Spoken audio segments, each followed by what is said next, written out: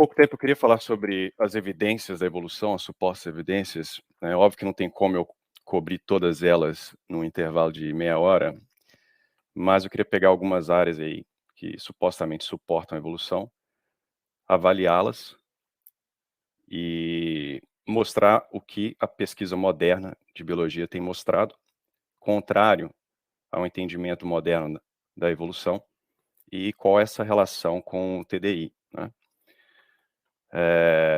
Então são esses aí os objetivos.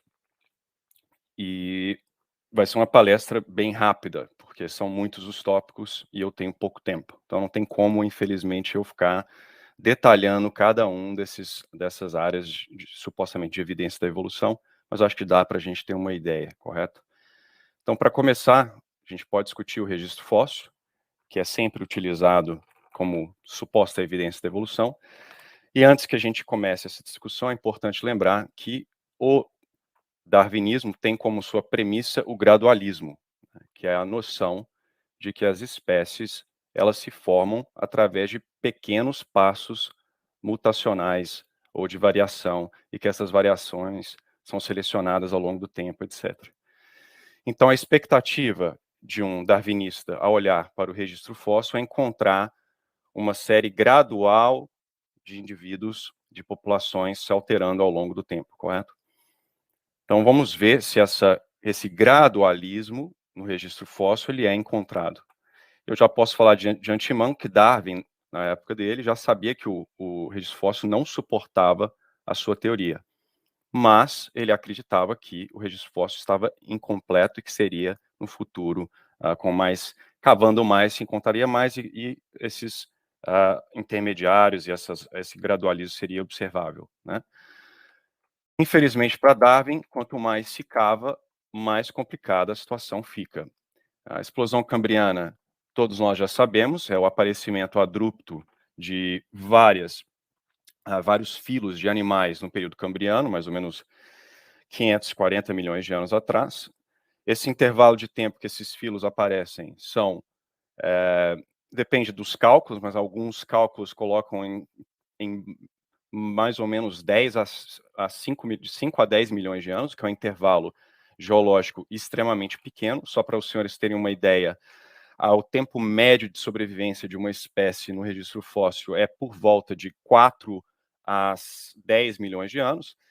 Então, o tempo de sobrevivência de uma única espécie, você tem o surgimento abrupto de todos esses filos animais, de minhocas até polvos, né?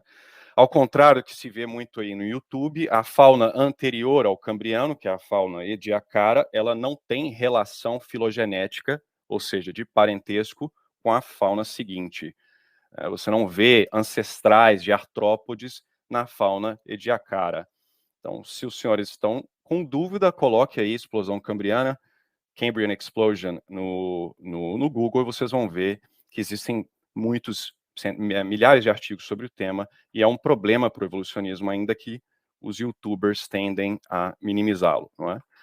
Mas se fala muito na questão da explosão cambriana, mas não é somente a explosão cambriana que que nós temos esse tipo de evento aí explosivo. Você tem a explosão dos odontodes, os peixes dentados, nós temos a própria a própria fauna ediacara anterior à explosão cambriana. Ela é explosiva, ela aparece também já pronta num intervalo curtíssimo de tempo. Você tem os plesiosauros, os répteis marinhos, você tem os pterossauros, os répteis alados. Nós não temos sequer nenhum fóssil de algo que parece uma mistura de pterossauro com outra coisa. Esses animais aparecem abruptamente no registro fóssil. Morcegos, né, não temos informações sobre eles. Aparecem, o primeiro exemplar de morcego, ele é um morcego, não há sequer nenhum tipo de transição. A árvore filogenética dos mamíferos é completamente mal resolvida, porque todas as ordens aparecem abruptamente. Então, ao contrário do que se diz, o registro fóssil ele é extremamente esburacado. Você tem estases, grandes períodos de não mudança, extinção e aparecimentos abruptos. ao ponto de que 2 paleontólogos, né, e o mais famoso deles, Stephen Jay Gould, propôs o tal do equilíbrio pontuado, que também é conhecido por muitos, né, para derrubar a ideia gradualista de Darwin, né, dizendo que não, espera lá, a gente olha para o registro fóssil, essa ideia não se manifesta, então propomos que, na verdade, a vida na Terra ela tem um período prolongado de estase com vários períodos de radiação adaptativa. Agora, se você não consegue explicar a explosão cambriana, você alterar aí esse modo de explicação, mas sem explicar como esses organismos passam a existir abruptamente, a sua teoria ela é irrelevante. E Gould nunca conseguiu propor o mecanismo pelo qual esses animais aparecem, ou no caso deles, evoluem rapidamente num período curtíssimo, né? E essas explosões, elas não são simplesmente no reino animal. Você tem, por exemplo, as plantas. Darwin chamava o aparecimento das angiospermas, que são as plantas com flores, um mistério abominável, porque elas simplesmente aparecem abruptamente no Cretáceo, sem precursores, né? Nós estamos percebendo que a coisa é ainda mais grave. Por exemplo, esse paper aí na Nature, ele é recente, né, discutindo exatamente esse mistério abominável das angiospermas, e ele está discutindo um outro artigo publicado na Nature, que é a maior revista de divulgação científica, em que eles encontraram um amber, igual ao do Jurassic Park, contendo uma angiosperma do mesmo gênero de uma planta moderna, né? Essa planta aí, teoricamente, teria vivido 90 milhões de anos atrás, e ela é idêntica a um gênero moderno e foi classificada nesse gênero moderno. Até as adaptações dessa planta para o fogo estão presentes, porque o âmbar foi muito bem preservado. Então, nós temos aí uma planta que não se alterou por 90 milhões de anos, e o gênero dela ainda existe, né? Onde está a evolução, eu te pergunto? Então, se você lê os grandes paleontólogos, como Simpson, por exemplo, foi um dos pais aí do neodarwinismo na paleontologia, eles admitem isso, né? Ainda que o seu youtuber lá não vá admitir, eles admitem. Está aí escrito, você não precisa ler tudo, mas está aí, aparecem repetidamente nos registros. Uma taxa muito lenta, ela geralmente aparece com estrondo. Então, os próprios paleontólogos reconhecem esse problema, tá? Não, é um problema real que deve ser resolvido se a evolução for defendida, não é simplesmente minimizar um problema, né? Mas e os fósseis transicionais aí, né, de transição, a baleia, os dinossauros aves, o cavalo? Bom, o problema aqui, começando, é um problema já filosófico, que a ideia de fóssil de transição ele já não funciona, porque a evolução ela não tem fim, ela não tem direção, ela não está caminhando para algo. Então, a ideia de algo transicional é algo que está caminhando para um fim. Isso não existe na evolução, que caminha às cegas. O segundo problema é que fósseis, eles não falam, eles não são, você não consegue deduzir se um animal veio de outro a partir de um fóssil. Você tem ferramentas como a cladística, filogenética, mas elas têm pressuposições que nós vamos falar quando nós discutimos homologia, que elas são circulares. A questão é, colocar vários animais em uma sequência não significa que esses animais descendem um dos outros. Para que você tenha um mínimo de credibilidade, você tem que me informar como se deu essa transformação, quais são as causas, quais os mecanismos, se a mutação, quais as mutações que foram necessárias em quais genes para gerar tal animal. E muitas dessas séries elas são fraudulentas. Por exemplo, a da baleia aí no meio, alguns desses animais que supostamente são o ancestral, eles são mais novos do que os seus filhos, por assim dizer, né? A série do cavalo, o próprio Simpson falou que ela é ridícula, que ela não é assim. Ela é um mosaico. E se você pegar os cavalos da América do Sul, a, a, a linhagem é completamente oposta. Os animais de casco com um dedo só aparecem, são os mais antigos, e depois os animais de 3 dedos aparecem, e não 3 dedos para um dedo. Então, assim, a evolução pode fazer as duas coisas. Enfim, mesma coisa com o Archaeopteryx. Tem um Proto-Aves, que é outro fóssil que é mais antigo que o Archaeopteryx, e ele é um animal mais derivado, ele parece mais ave do que o próprio Archaeopteryx. Outra coisa é que o fóssil transicional, como eu disse, ele não prova absolutamente nada. Se eu não soubesse absolutamente nada de mamífero e visse um ornitorrinco, eu poderia pressupor, usando métodos aí evolucionistas e o próprio senso comum, que ele é um intermediário entre pato e castor, porque ele tem características de ambos. Então, só porque um organismo ele tem um mosaico de atributos que podem ser encontrados em outras espécies, não quer dizer que essas espécies tenham uma relação filogenética, né? Mas e a homologia que a gente escuta aí? Que seria outra evidência de evolução. A homologia seria, então, essa similaridade entre organismos, como, por exemplo, aí, os membros anteriores de alguns vertebrados, que teriam a mesma conformação óssea, os mesmos ossos nas mesmas posições, ou, por exemplo, a nível genético, você teria aí os genes homeobox, que controlam alguns desenvolvimentos, eles são parecidos tanto numa mosca como num humano. Então, o conceito de homologia seria essa proposta de que essas similaridades, elas seriam frutos de uma ancestralidade comum. Você tem um ancestral vertebrado que tem essa conformação óssea e, portanto, os seus descendentes que vão se diversificando vão herdar aquilo ali, ainda que os membros evoluam outras funções, né? Então, o problema desse conceito de homologia é que, se você utilizá-lo como prova de evolução, se você disser, a homologia prova evolução, se você fizer uma árvore filogenética utilizando os caracteres homólogos e disser, tá vendo, essa árvore, ela prova evolução, ela mostra as relações evolutivas, você cai numa falácia, né, de petição de princípio, que você já definiu a priori que essa similaridade se dá pela evolução. Então, você não pode usar isso como prova de evolução. Não, a evolução aqui, no caso, a ancestralidade comum, ela é pressuposta, ela é um axioma, e você está usando para explicar a homologia. Mas outra pessoa poderia explicar a homologia de outra forma, como fizeram. Quem cunhou o termo homologia não foram os evolucionistas, tá? Foi um criacionista, né? Ou ao menos alguém que não abraçava o conceito total aí de evolução de Darwin, né? E pessoa do TDI poderia dizer que é simplesmente uma questão de funcionabilidade, tá? A questão é, independente da explicação real para essas similaridades, ela não prova evolução, tá? E tem outro problema, que quando a similaridade ela não, ela não corresponde às expectativas do evolucionista, ele vai chamar de evolução convergente, né? Então, tem um exemplo claro aí, por exemplo, né, se eu fosse agrupar organismos de acordo com sua similaridade, seja ela genética ou morfológica, eu colocaria, né, os animais ali nas linhas no mesmo grupo. Mas não, os animais da esquerda são mais aparentados entre si do que os animais da direita, apesar de serem morfologicamente parecidos. Então, nesse caso, a evolução por mágica passa a ser convergente. Não, similaridade não é mais evidência de parentesco. É simplesmente que a evolução fez a mesma coisa duas vezes, né?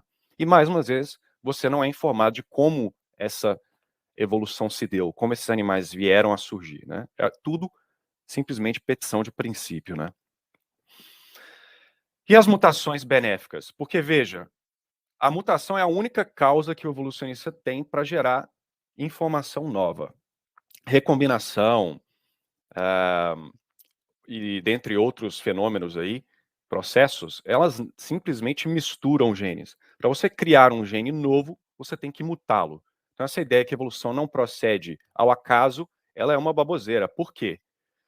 Porque a seleção natural, na verdade, que sequer é uma causa, é simplesmente a consequência, né, da fixação de um alelo, por exemplo, né, ela não pode explicar a origem daquilo que está sobrevivendo. Para explicar aquilo que está surgindo, você tem que ter uma causa, e nesse caso a causa é a mutação, né? A mutação, ela pode ser uma mutação de ponto, uma alteração no nucleotídeo, que a gente chama de SNP. Você pode ter deleções, inserções no código genético, que o evolucionista espera que vai alterar lá no final da transcrição a proteína, correto? Ele nunca vai te falar quantas proteínas são necessárias para criar um órgão novo ou que seja uma função nova, mas ele está com essa esperança de que uma mutação será benéfica, apesar de sabemos que mutações elas são maléficas, correto? Você não quer o seu DNA mutado, tá? E existem mutações maiores, como duplicação, inversão, substituição. Você pode duplicar o cromossomo inteiro, mas, enfim, a ideia é que algumas dessas seriam benéficas, tá? Para eu não ficar aqui debatendo e pegando um milhão de exemplos, eu vou pegar o melhor exemplo possível, que é esse estudo do Lenski, que é um estudo, o maior estudo evolucionista que nós temos, que está durando aí mais de 33 anos, né? Eles deixaram Escherichia coli evoluir em frascos e vão trocando esses frascos a cada geração, estão fazendo isso 73 mil gerações, e eles fazem muito pouca manipulação com essas bactérias, elas deixam elas evoluírem normalmente. Em mais de 73 mil gerações, qual foi a mutação mais impressionante que aconteceu nessa população? Veja, isso aí é mais ou menos 2 milhões de anos em tempos humanos, né, porque a bactéria reproduz muito rápido. A mutação mais impressionante, que na verdade é um conjunto de mutações, precisaram de 3, mais ou menos, ocorreu em mais ou menos depois de 31 mil gerações, em um dos frascos, uma bactéria passou a utilizar citrato como fonte de carbono em condições aeróbicas. Isso aí deu um maior furdunço, os jornais deram como criação de uma nova característica, porque assim que o evolucionista fala, ele vai falar, olha, a bactéria passou a comer citrato, dando a entender que uma novidade surgiu.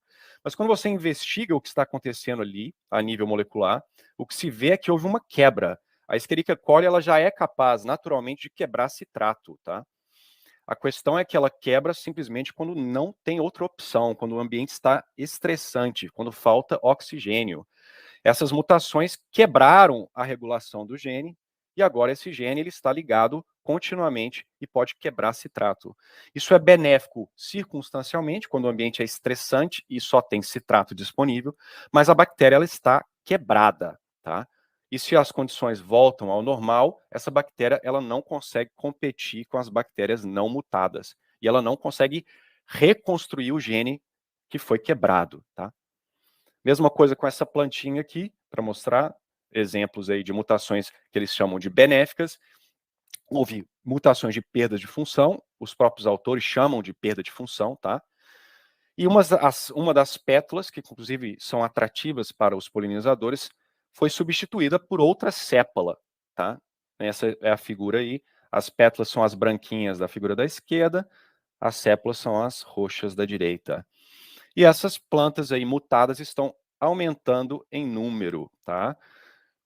Mas a razão simplesmente é porque elas são mais desagradáveis, por assim, mas mais palatáveis para os herbívoros. Essa é a explicação que se deu, uma explicação temporária, mas elas estão sendo as plantas normais, mais cheirosas e com as pétalas, elas são mais predadas do que as plantas mutadas, tá? Então, isso que eles chamam de mutação benéfica, tá? São quebras que circunstancialmente ajudam, mas que danificam o organismo. Você usar quebra para explicar a origem do organismo é um absurdo, tá? Tanto é que eles sequer sabem quantas mutações genéticas podem gerar aí uma nova espécie. Esse artigo é recente, de 2021, na Science, e eles falam, nós não sabemos quantas alterações genéticas se dá numa especiação. Ou seja, o que eles sabem exatamente, né? Não fica claro. E já tem artigos ainda mais novos, esses 2 artigos são desse ano, que estão mostrando coisas ainda mais problemáticas. O slide deu uma desconfigurada aí, peço que me perdoe, mas vocês não precisam ler tudo. Mas estamos descobrindo que as mutações, na verdade, elas ocorrem com menor frequência nos genes essenciais. Então, esse estudo primeiro aí com a Arabidopsis, que é uma plantinha, os caras perceberam que em genes importantes na planta, a taxa de mutação ela é 2/3 menor do que no resto do organismo. Ou seja, o organismo ele está protegido contra a mutação naquelas regiões que importam. Mas se a evolução tem que proceder, ela tem que alterar genes essenciais. Se ela ficar alterando genes secundários, você nunca vai fazer um organismo novo.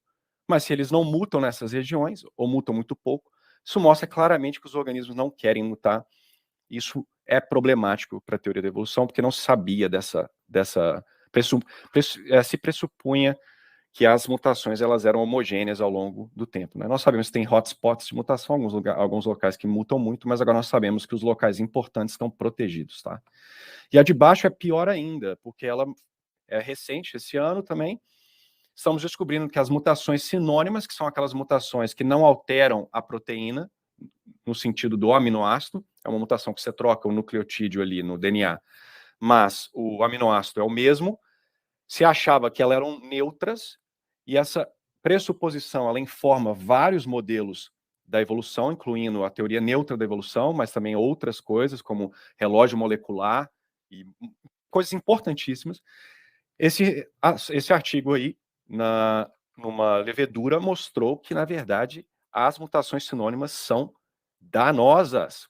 Elas causam problemas seríssimos. Então, ou seja, mais um problema para todo o alicerce da evolução, né? Todos os modelos que eu discuti, eles pressupõem a neutralidade dessas mutações sinônimas, tá? Se você acha que só eu que estou falando que a evolução, teoria da evolução está ruim, isso aí é o Gerhard Müller, um dos maiores evolucionistas da atualidade, em um congresso aí para a Royal Society, dizendo que o neodarwinismo, né, a síntese moderna da evolução, ela não consegue explicar complexidade fenotípica, novidade fenotípica, formas não graduais de transição. Ou seja, se a teoria da evolução, como ela está no presente momento, não explica complexidade fenotípica, então ela explica o quê? A gente não tem escutado que a evolução é um fato que explica toda a biodiversidade na Terra, mas não explica fenótipo? Então, pera lá, o que ela consegue explicar? Quebra de gene causando uma perda no organismo que é circunstancialmente benéfica? É isso? Pera lá, né? Então vejam que a evolução, ela é uma historinha que depende de pressuposições e muita fé, né? Mas eu estou dizendo aqui que os organismos não se adaptam de forma alguma? Não, não estou dizendo isso. Eu estou dizendo que eles se adaptam sim. Mas como que eles se adaptam? Vejam, por exemplo, esses artigos aí recentes, e esse título do segundo aí. Novidade morfológica emerge de pré-existente, plasticidade fenotípica pré-existente. Esses girinozinhos aí, eles, quando são alimentados com uma dieta diferente, a morfologia deles se altera, tá? Originalmente esses animais eram onívoros, se eles comem detritos, eles ficam como o girininho aí da esquerda, menorzinho. Mas se você alimentar esses girinos com uma dieta carnívora, né, como por exemplo, camarão, a morfologia deles se altera. Eles ficam com um intestino menor, eles ficam maiores, a mandíbula altera a morfologia e eles começam a predar nos coleguinhas veganos, tá? Então nós vemos que há uma plasticidade já inerente aos animais ali, no caso desse girino, e ela é ativada por fatores ecológicos, nesse caso a dieta, tá?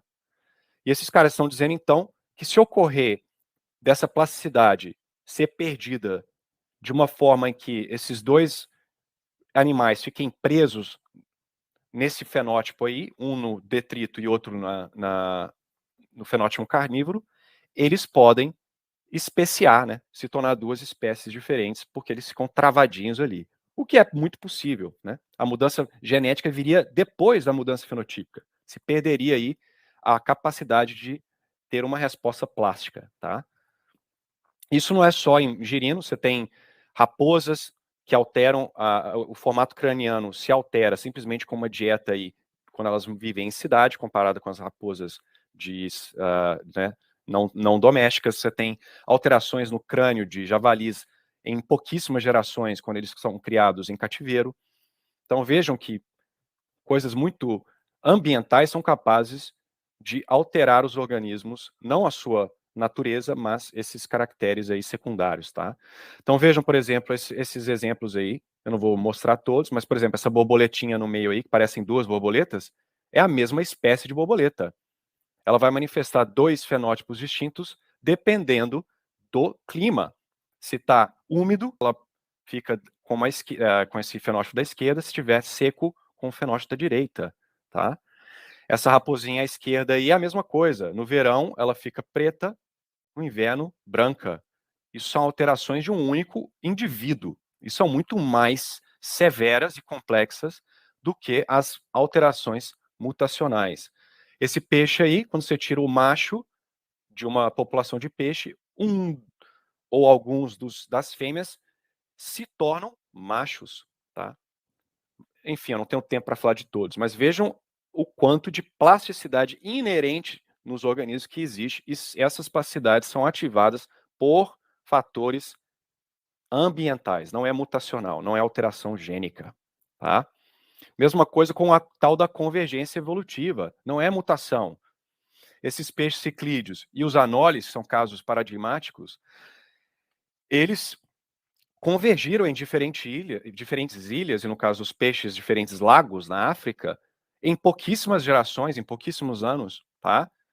Por quê? Porque há uma plasticidade inerente, e se o ambiente for similar, eles conseguem manifestar esses caracteres que estavam ali, crípticos, é o que a gente chama de uh, crypt, uh, cryptic genetic variation, variação genética críptica, tá? Então vejam aí que esses organismos, por exemplo, à esquerda, os animais na coluna, eles são mais aparentados entre si do que eles são com os animais da outra coluna, mesmo que eles sejam mais similares a eles, tá? Isso aí, essa convergência, então, ela não se dá por fatores evolutivos, mutação, seleção natural, etc. Não, ela se dá por plasticidade. Esses organismos são capazes de expressar esses diferentes fenótipos. Isso ocorre em pouquíssimas gerações, tá?